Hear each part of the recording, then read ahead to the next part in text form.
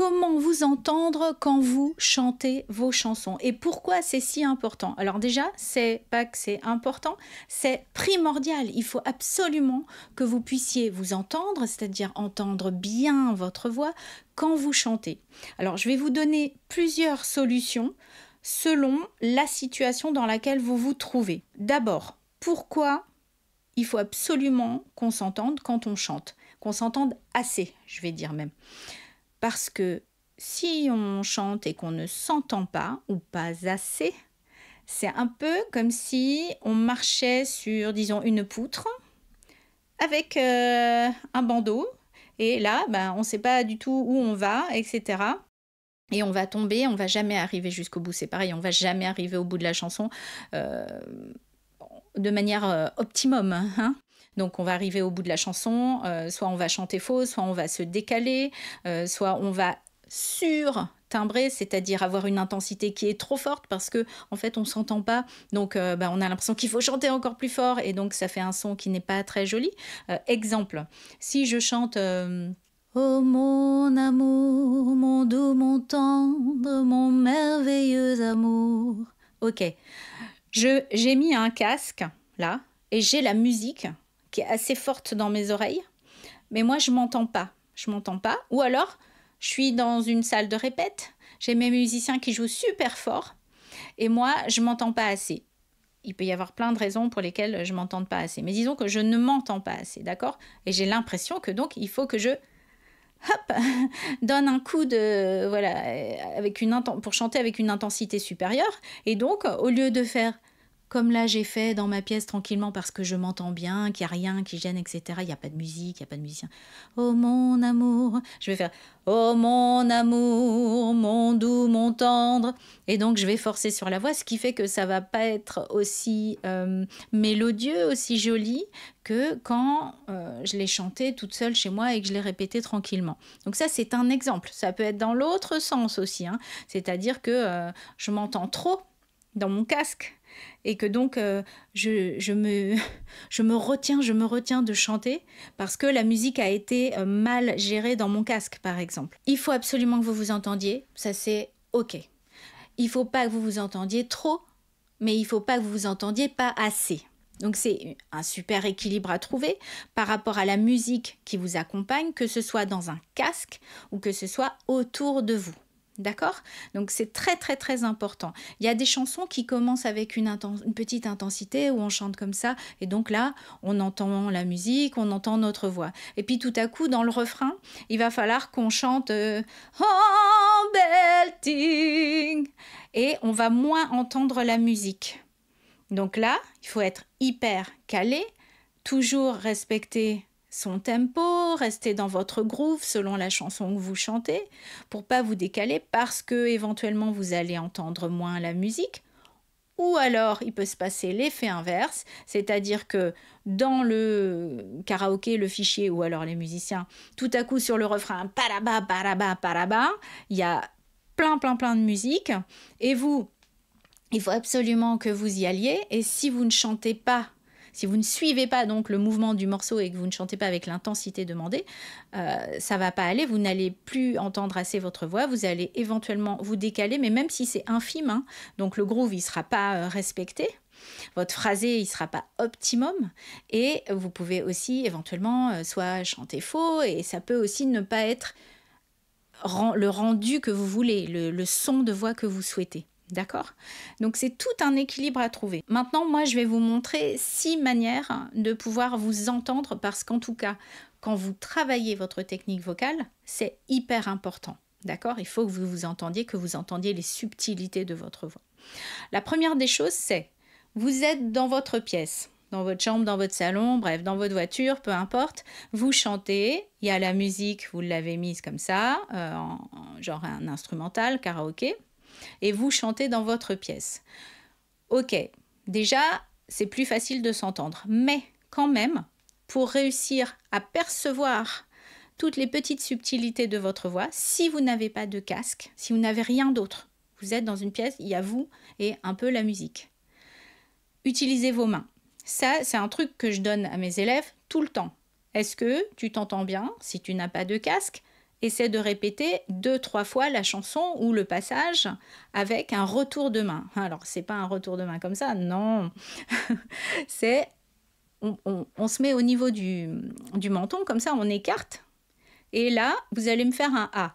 Ah. Et il y a un moment, un endroit en tout cas, ça peut être aussi plus ou moins haut, plus ou moins bas, où le son, il va faire ça. A, D'accord? C'est comme au billard, la balle, doum, doum, doum. OK? Et là, vous allez entendre assez votre voix pour doser et pour pas surtimbrer, surtout quand vous commencez à chanter dans vos séances, si vous avez zappé par exemple l'échauffement vocal, pour pas être déjà dans le muscle qui est à fond. Donc le retour des mains ou de mains, c'est très très très utile. OK? Ça, c'est une première façon. Maintenant, il existe bien sûr des casques. Alors, il existe, j'ai piqué ça à mon ingénieur de son de mari. C'est un casque ouvert. À quoi ça sert un casque ouvert? Un casque ouvert, le son, il va autant vers votre oreille que vers l'extérieur. Ça permet un rendu optimal du son et quand on chante, c'est très très très agréable parce que notre voix, elle va comme ça. Je ne parle pas d'un enregistrement, hein, je parle quand on s'entraîne. Donc elle va comme ça dans la pièce et là, le son, il va aussi dans la pièce. Donc c'est vraiment optimal et en plus, ça permet de faire moins mal aux oreilles que les casques fermés où là, on a toutes les fréquences qui vont directement dans l'oreille et selon le temps d'écoute, ça peut être très fatigant pour les oreilles, ça peut vous blesser les oreilles, même si c'est pas à fond à bloc hein, en volume. Donc attention, les casques ouverts, c'est super agréable, notamment pour écouter la musique et les subtilités et tout ça, mais pour le chant aussi. Quand vous chantez dans la pièce comme ça, je vous recommande ça si vous voulez passer à l'étape supérieure du retour de main. D'accord? Ensuite, on a bien sûr un casque fermé. Casque fermé, c'est idéal pour les enregistrements. Pourquoi? Parce qu'on ne veut pas que, au contraire de l'autre casque là, le son sorte dans la pièce pour être encore repiqué par le micro. Dans le micro, on ne veut que notre voix. D'accord? Là, le casque fermé, on le met, on entend uniquement la musique et aussi, on peut régler notre voix. Selon le logiciel que vous utilisez, vous pouvez aussi avoir votre voix qui passe dans le casque. C'est idéal parce que si vous mettez le casque fermé et que vous n'avez pas de retour de votre voix là, que vous n'entendez que la musique, justement, vous pouvez avoir tendance à forcer. Hein. C'est pour ça qu'il y en a des fois qui décollent un peu l'oreille pour pouvoir s'entendre, pour pouvoir entendre leur voix aussi dans la pièce, pour pouvoir l'entendre assez, comme je vous ai dit. Hein. Donc ça, c'est le casque fermé. Aussi, qu'est-ce qui existe pour que vous puissiez bien vous entendre et donc ne pas ruiner tous les efforts de technique vocale que vous avez fait en apprenant à chanter, hein. Qu'est-ce qui existe? Ah, voilà, il est là. Tout ça, c'est des ears. Donc ça se met dans l'oreille. C'est un système en fait. C'est comme des sortes de boules caisses, mais c'est pas mou, hein, c'est pas de la cire, dans lesquelles j'entends un mix de ma voix et des instruments, donc des musiciens. Ou s'il y a aussi, ça peut aussi être quelque chose qui joue, c'est-à-dire un enregistrement qui a déjà été fait. Mais donc j'entends le mix que moi je veux. Hein. J'avais fait une petite vidéo sur celle-là, mais il y en a il y en a plein. Hein. Il y en a des super pros et tout. C'est ce qu'utilisent les chanteurs professionnels. Et donc ça a un certain coût, je l'avoue. C'est Ears Monitor, ça s'appelle, c'est un système Ears Monitor.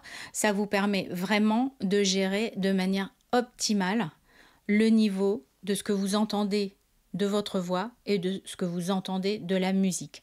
Donc c'est beaucoup mieux si par exemple vous faites de la scène que d'être juste avec votre micro et d'avoir, ça c'est la sixième manière d'avoir votre son, un ampli voix qui vous renvoie votre voix à vous pour que vous puissiez vous entendre. C'est déjà super hein, d'avoir un ampli voix pour que vous puissiez vous entendre vous.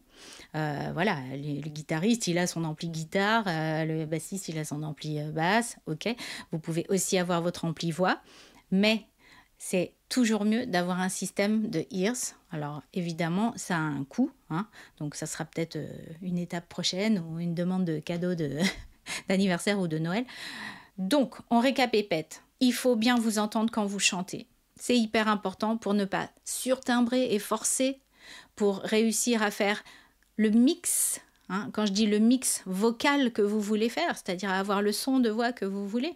Si vous voulez chanter comme ça doucement et que vous voulez cette qualité de son-là, quelque chose de doux, et que vous ne vous entendez pas, vous allez peut-être avoir tendance à forcer comme ça. Et nous, on ne veut pas ça. Idem si vous vous entendez trop. Hein. Si vous vous entendez trop et que la musique elle n'est pas assez forte, vous allez peut-être justement vous dire « Ah, il faut que je gère mon intensité, etc. » Ça va vous permettre de chanter avec plus de confort, d'avoir un résultat qui est plus proche de ce que vous souhaitez en termes de son. Ça va vous permettre aussi de bien faire attention à la fois à vos cordes vocales, à ne pas les abîmer parce que vous chantez avec trop d'intensité, et aussi à protéger vos oreilles.